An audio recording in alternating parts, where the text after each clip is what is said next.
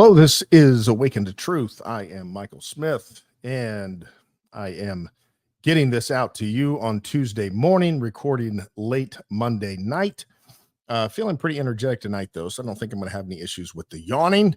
Um, and if you are watching this, if you would hit the like and the subscribe, trying to get this channel back up and going. And those of you watching by or listening by podcast, I know there's several of you out there. Uh, Around 100 of you out there listening in different areas. Come subscribe to the podcast and keep passing that podcast along too. Hopefully we can get the numbers back up on that as well. But I am glad that those of you that have stayed around, you're still there in several different parts of the country. Trying to get consistent with getting the episodes back up. But anyhow, let's get into the main content today. And that is the unbelievable thing that we're witnessing with the mainstream media right now.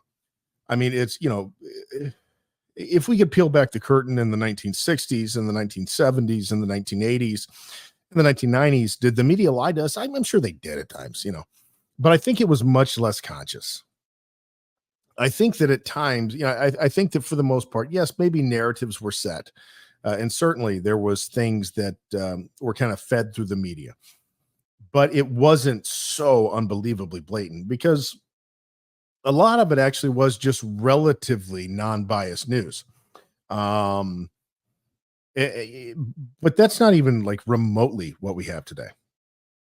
What we're witnessing today is the meltdown of the American institution of the media. And I know that it's not like a single institution, that it's, all kinds of big corporations, but we're watching it just completely. Well, I'll say this. If people catch on, it's going to collapse. If they stay asleep, then it'll continue going and the lies will get worse because they're becoming more emboldened all the time because they believe now that they can literally just tell you whatever they want to tell you, that they can just tell us whatever they want to tell us. And at least enough of us to get them their chosen candidate are going to buy it, that, they'll just keep getting people elected. And, they feel they got Joe Biden elected. Why can't they get Kamala Harris elected? She's black and she's a woman. Of course they can, of course they think they can get her elected. So,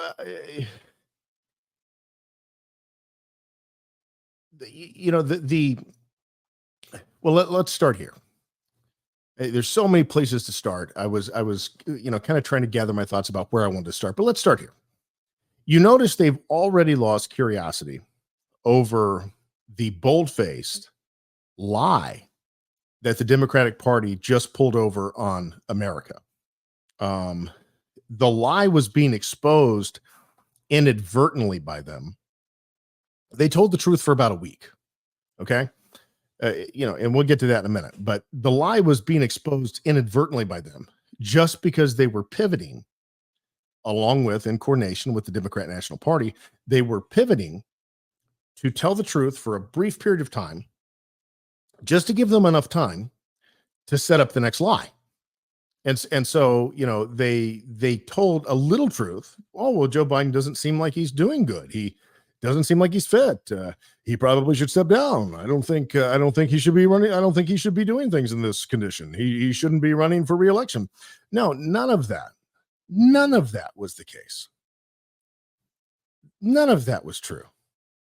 They had to say it because they were exposed, because Joe Biden left them exposed. So they threw him away like fast. And now they're done with Biden. Like they're done. He's the president, but they're done. Like, I don't even think we're going to see Biden very much. The rest, we're not going to see Biden. We won't see Biden. We're not going to see the president of the United States. Coming from the dishonest media, he apparently hadn't met with his cabinet in 11 months. Now, is that true or is that another lie? Was that just them covering for the cabinet because the cabinet can't be written off as incompetent yet at this point? If the cabinet's meeting with him every, so often, then competent people are going to go, this guy can't run the country. So in order to cover for them, they tell, kind of a believable lie. Well, the reason that nobody knew about this is so surprising to us all. I mean, his own cabinet didn't even know. Why did they not know? Oh, well, because he didn't meet with them for the last 11 months. Then what is he doing? I mean, that's not normal. So who was making decisions the last 11 months? His cabinet wasn't getting together and, they weren't discussing things. They weren't having any input. It wasn't even in contact with them. What was getting done? Who was running the country? This is a national disgrace, but it's like it's just being swept under the rug. And so they told enough of this story that they thought they could get away with. The only part of this story that they told was that Joe Biden is senile. Now, I don't know what kind of dementia he has. I don't know if it's, I don't know.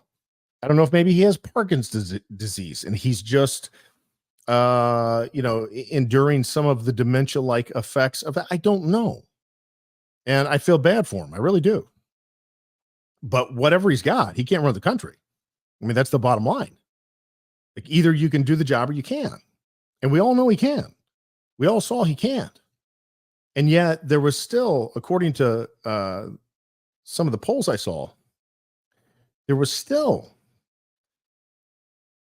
over 45 or 46% of America, I believe it was 46% of America, said they thought Joe Biden did a good job.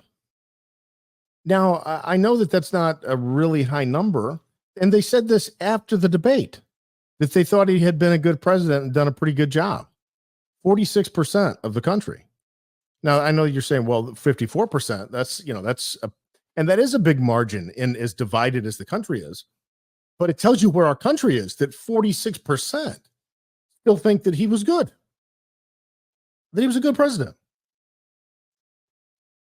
I mean, it's still powerful to have the media completely do your bidding and be in your pocket.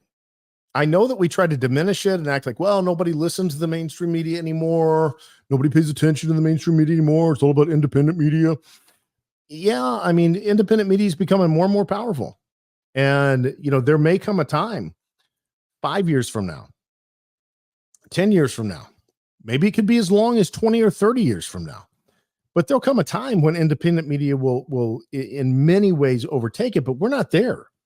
It's still more powerful than you think to have the messaging, the lies being put in your face every single day from all kinds of different outlets.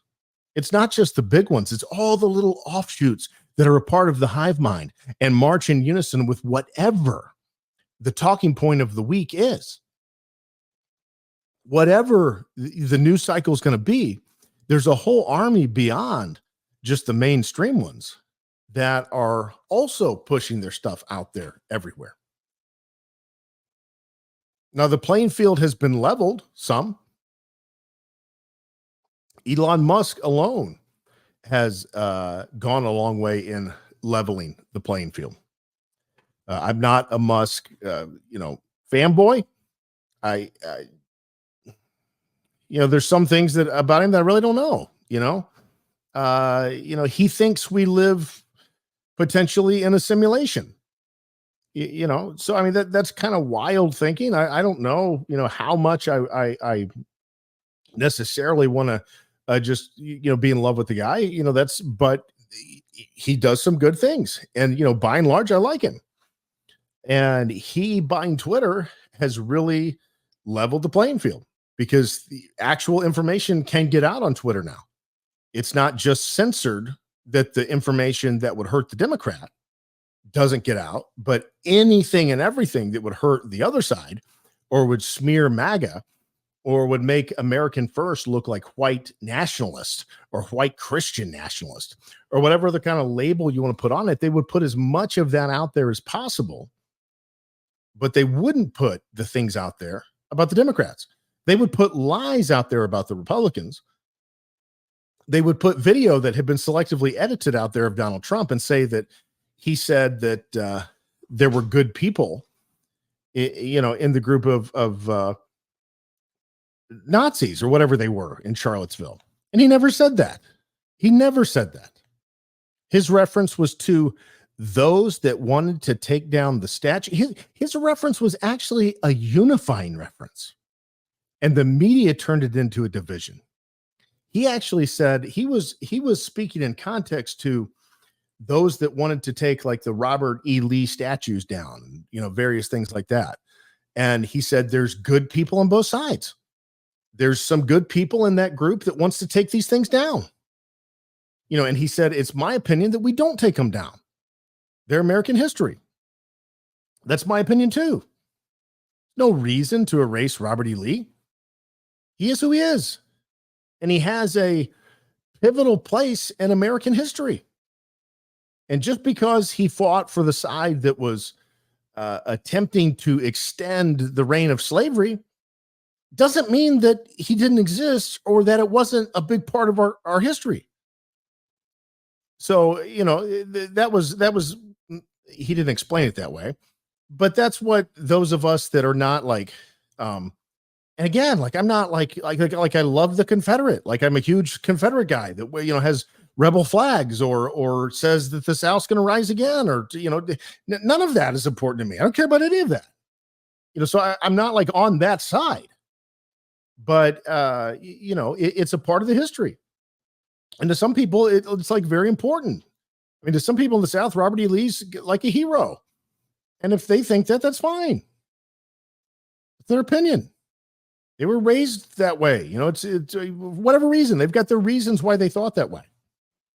And they've kind of, they're able to mentally separate it from the slavery and just, kind of contextualize it within the pride of the South and things like that. And so there are good people that think that way. I don't necessarily agree with the way that they think, but there's good people that think a lot of different ways. There's good Black people that are basically racist against white people, and I've befriended some of them. They're not racist in that they don't like people because they're Black, or that they don't like people because they're white. They just have certain internal biases that are a result of their environment and a result of where they grew up that has kind of pre-baked in certain assumptions about whites and Blacks. And some of those assumptions are a little bit negative, but it's not that they're just overtly racist, that they think that just because your skin's white that you're the devil, or just because your skin's Black you're less, or anything like that. That's not the case for the vast majority of America. There's some like that, but but not that many. And the ones that are like that, like whatever, that's their opinion. It's not something that should have a big voice, because it's not accurate, and it's hateful, and it's divisive. But the Democrat Party is more divisive than those people could ever be. I mean, far more divisive. And so, I hope I am properly nuancing this, that you're understanding where I stand on this. So there's certain liberal causes that like I can sympathize with. Okay. So like the Robert E. Lee thing would be one of them. Like I can understand why some people would want to take that down. I don't agree with it, but I can understand it. And I don't think that just because they feel that way, that they're a bad and an awful person. Now, I do think that there are also people on that side that are absolutely out of their mind, as there's people on the far right that are out of their mind. It's just that I'm positioned right of center. So, it doesn't, you have to pick. I would rather deal with the irrelevant elements of the far right that nobody pays attention to. They're anathema societally. I'd rather deal with that than deal with the crazed and lunatics that are on the far left today in America. And that's kind of what it comes down to people. You can always point across the other side and go, well, they've got crazy. Yeah, they do got crazies over there. There's crazies on both sides. I just happen to think there's a lot more crazies on the left now. And the things that they think are like even crazier. That you can, just be gender fluid and just kind of whatever gender you want to be, feel like a girl today, feel like a boy tomorrow, feel like a something else the next day, one of the other 79 genders that are out there, Yeah, had enough of that. So you just got to pick, like, yeah, both sides got some negative. Both sides got some good people. They're still good Democrats. Um, you know, I just, and if this was switched and there had been a revolution within the Democratic Party and it was a totally different platform and a totally different Democrat Party than it had been, and the Republicans were the one that were like going crazy and going like way far right with stuff, like saying you can't have in vitro, procedures and things like that. That was their platform.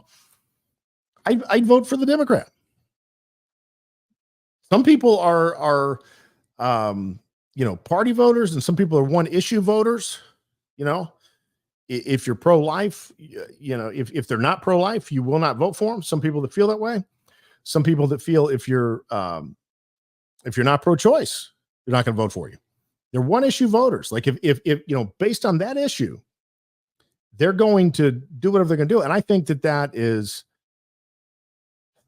unfortunate. And I think that that's a way that the parties deceive us, is they get these major wedge issues that people definitively take sides on, and they just drive them right down the middle. And, I'm not for abortion. I'm not for it. I'm not in favor of it. I'm pro-life.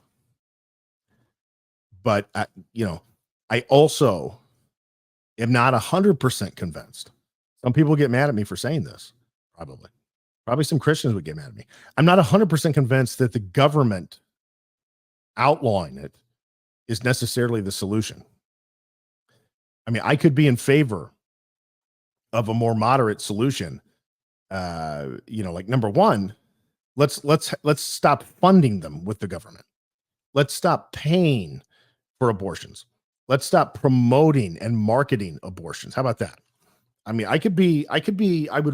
I'm pro-life. Okay. But if there's people out there that they're going to have abortions, and they're probably going to have them anyway. And telling them that they can't, I do think there should be rules, obviously. And I would be in favor of no abortions. I'd be perfectly fine with that because I think that's the best way. But where we are in America today, and where the political landscape is, I don't think that's a position that I don't think that's a hill you can die on right now, unless you just want to lose everything. And that's just being pragmatic. Personally, I am pro-life. I am anti-abortion. Politically, I don't really have that, that option. I mean, I am, I have no issue with the rape and incest.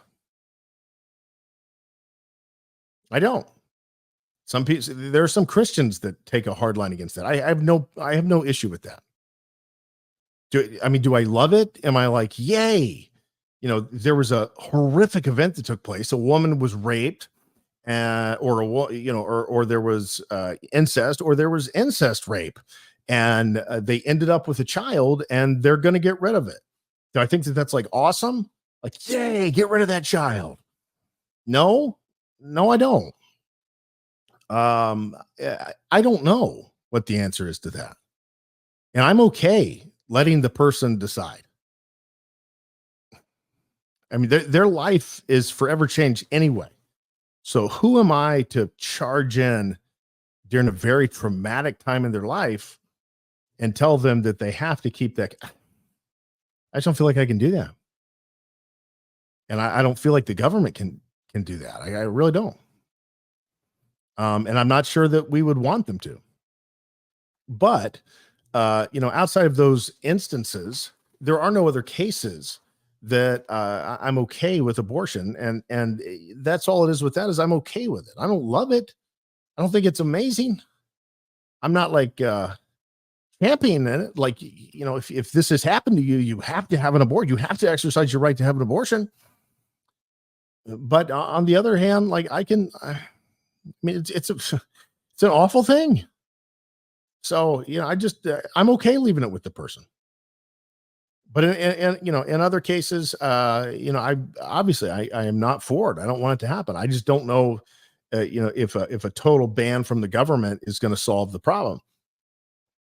I mean, it would be great if we could just have a reversal of things, that the government could stay out of it, that the government could not promote it and push it. That in those states, I'm okay with how Trump sees it. Let the states decide. If a state is overwhelmingly more conservative and wants to put more restrictive abortion policies, then I'm okay with that. If a state is going to be more liberal about it, then I don't love it, but that's their choice. And there's 50 states, and they're almost like 50 little countries. There's a lot in common, but there's some differences in every state. And, that's where we're at. So just accept that and move on.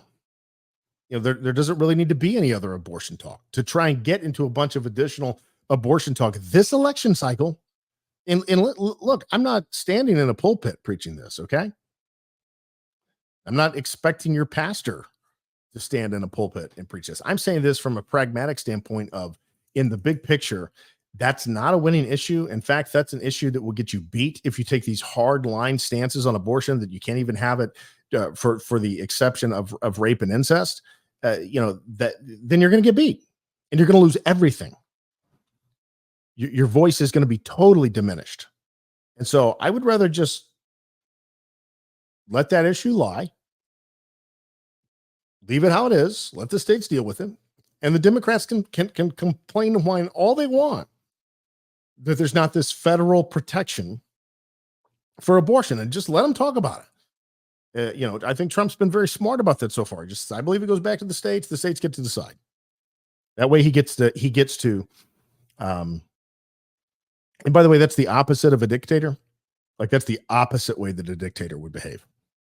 If a dictator had a strong conviction, I don't know if Trump has a strong conviction, but if a dictator had a strong conviction that you're supposed to be pro-life, then you would be pro-life. They would make the rules, they would make the laws of the land to where you had to be pro-life. If a dictator was very passionate that you had to be pro-choice, then it would be pro-choice. There's no question about that. And so, Trump isn't saying that at all. He's not saying he wants to do anything national. He's just saying he wants to leave it. I'm pro-choice, but I'm okay leaving it. And to win, that's where the Republicans got to stay. It's not an issue that is going to be,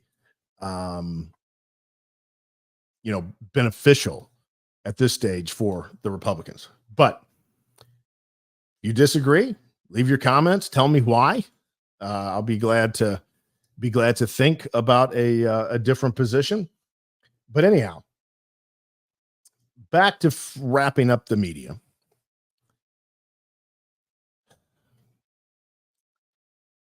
They are now on to their next lie. Remember the last episode I told you?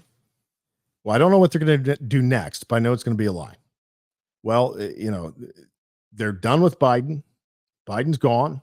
He's George Washington 2.0. He said, he was so responsible and he put the country first for stepping down. No, he didn't. We all know, anybody that's paying attention knows that he didn't put the country first. He was operating as a president of the United States without full faculties. And everybody around him was allowing it. And the Democrats were all for it. And the media was facilitating it. But now they don't want to talk about that. Just on to Kamala Harris to save democracy. On to Kamala Harris to save democracy. Now, I wonder how much they're going to use that one now that she's not even democratically elected, and that when she ran for president in 2020, she got less than 2% of the Democratic votes.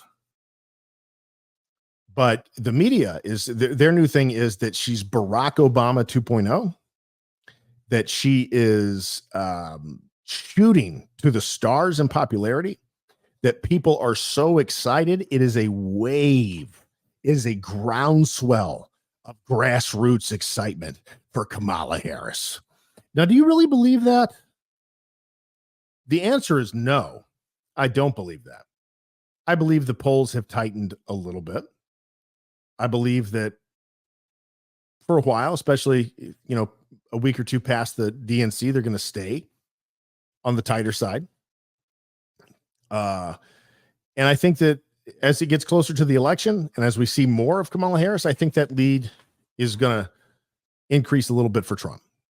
Now, I do think some things have changed with Harris. I'm going to get to those in a moment. But that's the media's first big lie, is that, Kamala has this grassroots groundswell of support, like Barack Obama. The second coming of Barack Obama in female form. Okay, none of this is true. Barack Obama came onto the scene.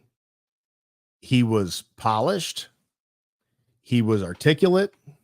He was a good-looking guy. I mean, I'm not necessarily saying I think he's amazingly handsome or not. I'm just saying, good-looking guy, very pleasant-looking guy. And he did shoot in popularity. He beat one of the most skilled and cunning and powerful politicians on the face of the earth, and Hillary Clinton. He beat her. Then he beat John McCain very badly. Then he beat Mitt Romney, not as badly, but somewhat badly. What has Kamala Harris done? She ran for president not in like 2016 or 2012 or, like Joe Biden ran for president like in the 80s. Maybe again in the 90s. I don't know. I think he ran for president twice before this time. So not like that, where it was like a long time ago. Like she ran for president against Joe Biden last election cycle in 2020, and the Democrats didn't even support her 2%. Less than 2% of the Democrats saw in her the capabilities that inspired them to feel like she should be the next president of the United States. Less than 2%. That's who's running for president for the Democrats that are saving democracy. 2% Kamala. Because the media and the Democratic Party now believes that the Democratic base is to the point that it does not matter who they run. It doesn't matter if you elect them, and it doesn't matter if you want them. Guess what, Democrat voters? The Democratic Party does not care about you. They could care less about you. They think that you are so devoted to the cause that it will blind all reason and rationality. And you will vote for a woman who was not democratically elected in the name of saving democracy from Donald Trump, who has already served as a democratically elected president of the United States for 4 years, and none of the things that they said happened.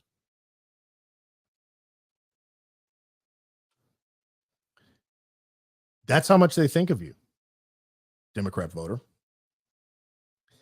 And I don't know how you can continue to do it. I don't know how, if you can't wake up to this, I don't know what you can wake up to.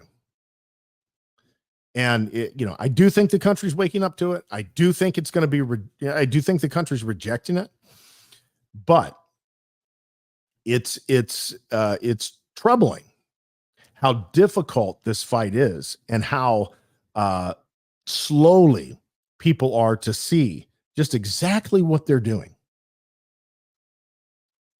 The next thing that they're doing is there's two big things in the past week or so, is Kamala's the next Obama. Everybody's going crazy for her. Everybody loves her. This is the woman that America wants.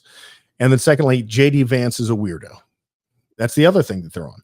Megyn Kelly's podcast, her staff, I heard her mention that they did some research, and the mainstream outlets used the word weird or weirdo in connection with JD Vance over 150 times over the last few days. I don't remember if it was 3 days or 4 days or 5 days, but it wasn't that many days. It was a week or less. We'll put it that way. And they connected JD Vance and the word weird or weirdo over 150 times. They got a new marching order. The DNC said, this is how we're going after Trump right now. We're not going after him. We've gone after him with everything we know how. We've said he was a Russian plant. We've said he's a Russian asset. We've said he's a crook. We've said that he led an insurrection. We said that he was a threat to democracy. We said that he was a criminal, and we indicted him on all kinds of things and convicted him on two ridiculous charges. One civil, which was to the tune of hundreds of millions of dollars, and the other one criminal, 34 counts of a felony for a bookkeeping error. The books were not kept right. They didn't label the 130,000. It didn't say money to keep Stormy Daniels from telling America that we had an affair while my wife Melania was pregnant. It didn't say that. It just said legal expenses, which was not paid, by the way, out of campaign funds. It was paid out of the Trump organization. This was not having to do with campaign money. This was how he labeled the books in his own private business. And you guessed it, he put legal expenses 34 times as opposed to the other option, which would kind of defeat the point of hush money, which also isn't illegal. Did Trump do it? It doesn't matter. I mean, as far as this goes, it makes zero difference whether he did it or not. Did he do it? Probably. Some of you might think that he didn't, and that's fine. And maybe he didn't. I don't know. But it's not like real hard to, it's not like a real stretch. But yeah, it completely, if let's say he didn't do it, why would you label it in your company books hush money payment to Stormy Daniels, not to talk about supposed affair, in 2006 or whatever year Melania was pregnant? Why would you label hush money that way? That defeats the whole purpose. You would label it something inconspicuous. You're paying it out of your own pocket. Let's say he didn't do it. Well, he doesn't want her coming forward with that. Then he's got he's got the questions and the suspicions at home from his wife. Let's say he did do it. Well, he doesn't want her coming forward with that. And there's nothing illegal about not wanting her to come forward with that. Immoral if he did it? Yeah. Illegal? No. Okay. But they don't care.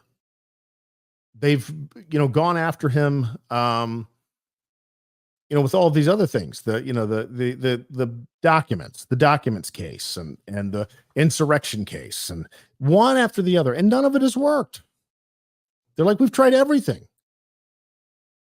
Somebody tried to assassinate him, and that didn't work either. He's still here, and he's still winning. What are we gonna attack him with? Let's go after his new fresh-faced vice president. And they're doing a good job of it. They're making him out to be a backward weirdo when he's not. I don't think he's weird. I don't think he was the greatest pick. I wasn't in favor of the pick. I like him. I like him. I like him. I wasn't in favor of him for this position. But be that as it may, he got it. And he's not weird. He's not like some strange, very out of the ordinary type of character. He's kind of a normal guy from Ohio. And so but that's their line of attack right now. And they've been told to do it, and they're all doing it. They're walking lockstep. What will they come up with next? I don't know. I think they're going to continue. Well, I can tell you, they're going to continue to lie and try and prop up Kamala Harris. The best that they can. They're going to try to keep her from speaking too much. Compare that to Barack Obama. Barack Obama was out speaking everywhere. Because Barack Obama in 2008 had a populist left of center message. Donald Trump in 2016 had a populist right of center message. They're not that different in what their message was. Yes, there are differences. Like I said, one was left of center, one was right of center. But Obama basically ran as a populist. He didn't run as a traditional Democrat, and people loved it. And the media loved it because he was a Democrat. If he would have been saying many of the same things, just been a little bit to the right side, like maybe he was, kind of flimsy on abortion and things like that, then they probably wouldn't have liked him so much. And if he would have had an R by his name, he could have had a relatively similar message, would have been different, but relatively similar. And they would have totally changed their opinion on the guy. But he was out there everywhere. And people liked what he had to say. And he was good at saying it. That's not what you're going to see from Kamala Harris. Because this isn't Barack Obama 2.0. This is the first iteration of running an unelected individual and trying to install them as president of the United States while making the people feel that they actually wanted this individual. And I hope that America rejects it. I hope that America overwhelmingly rejects it. But even if America only rejects it, 270 electoral votes to Trump. If he wins by the skin of his teeth like George W. Bush did in 2000, then that's okay. I can live with that. Do I think Donald Trump's going to solve everything? No. I hope it's a bigger victory than that. And that's a good time to transition into the electoral map. Let's take a look at it. Those of you that are not familiar with this or haven't spent much time in this, let me fill you in. If you're listening on podcast, you're not going to be able to see what's on the screen. If you want to see that, go ahead and log on to YouTube and find Awaken to Truth there. Subscribe, like the channel, and you can see the visuals that we've got here. But you'll be able to follow along either way. All right, so here is the map. This is kind of where we're at right now.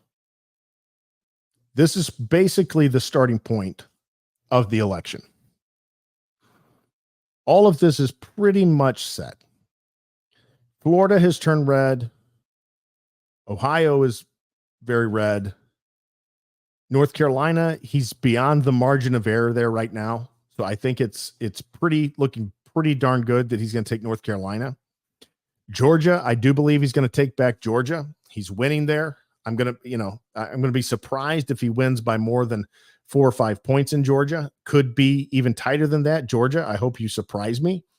But, I've lost confidence in Georgia with the 2 Democratic senators and, what happened with Joe Biden last time, be that as it may. I know many Georgians would say it was stolen. That's fine. But it shouldn't have been close. It has to be, it has to be beyond any kind of shenanigans with the type of ridiculousness that they have put this country through, and with the absolute fraud that they're putting the country through right now by discarding 14 million Democratic voters who picked Joe Biden to run for president again and saying, no, we knew this all along, but you didn't. And now that you do, he probably can't win. And so we're just going to have to give you who we say. But this is where this is basically where it's at. When Biden was in, I think Trump could have won Virginia. I don't think he's going to win Virginia now. So I do think that Harris makes a difference. The question is, does she make the difference? Can she get the Democrats to 270? Because this is basically what we're looking at going into election night. Everybody, you still have to get out and vote, of course, but this is basically what we're looking at. Is the Republicans are starting with about 250 and the Democrats are starting with a little over 220. So about 251 to 226. So the election is going to come down to 5 states: Pennsylvania, Michigan, Wisconsin, Nevada, and Arizona. And Georgia, I'm counting you in. Don't disappoint. So this is where it's coming down to. How's Trump looking in Arizona? On average, he's up by about 7 or 8 points there. There's some polls that have him up as high as 10 or 11. There's some polls that have him down as low as 7 or so, but he's probably averaging at least 8 points in Arizona. So Arizona is looking very good that Trump's going to take that. That puts it to 262. He's polling very similarly in Nevada. He currently, in the average of the polls, has a 6.7% lead in the state of Nevada. 6.7% is beyond the margin of error. And so if things hold up, at least for the most part, the way they are there, they could even slide a little bit. He's got a little room for even sliding, not a lot, but he does have some. But if things hold up, he's going to take Nevada. That puts it at 268. Boy, that makes that little stupid blue vote in Nebraska important, doesn't it? Because now if Nebraska was a winner take all, of course, Maine, we get one back in Maine. I get that. But if Nebraska was a winner take all, now it would be 269. The best it could be is 269 to 269.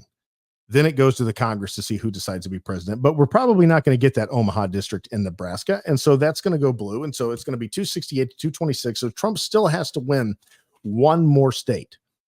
And I think the election comes down to Pennsylvania, Michigan, and Wisconsin. Right now, Trump is leading in Pennsylvania by an average of about 5 points. So he's a little beyond the margin of error. Pennsylvania goes, it's over. Trump will be the 46th or possibly the 47th president. I don't know. Kamala could be installed as number 46 prior to the election. So if Trump wins, he may be the 47th president. He may be 45 and 47.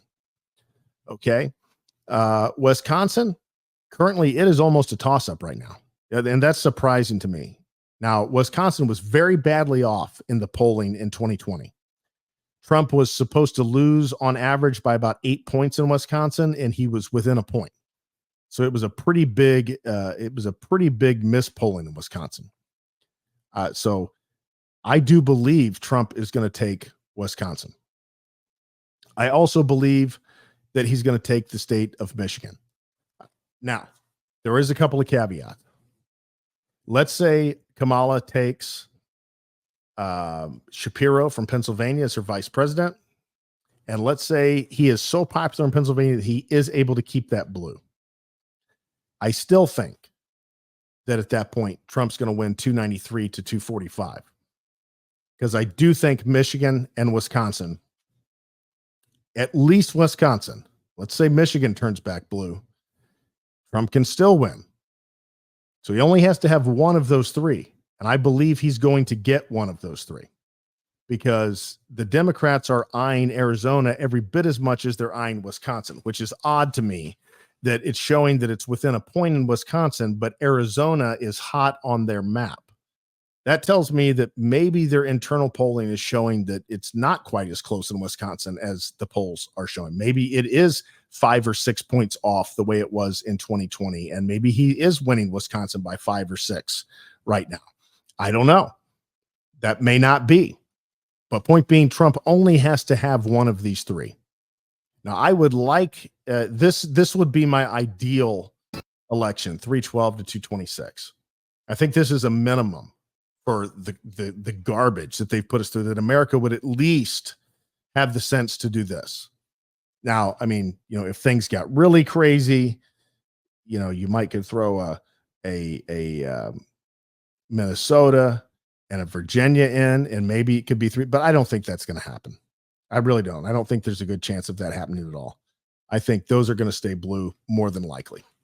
And so, I think that it's going to be one of these three scenarios in election year. I do think Trump's going to win. I think he's either going to win 287 to 251, 312 to 251, or possibly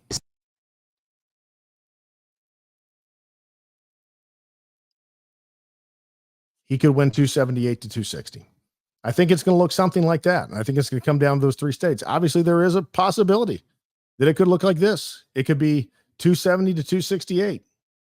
That is a possibility.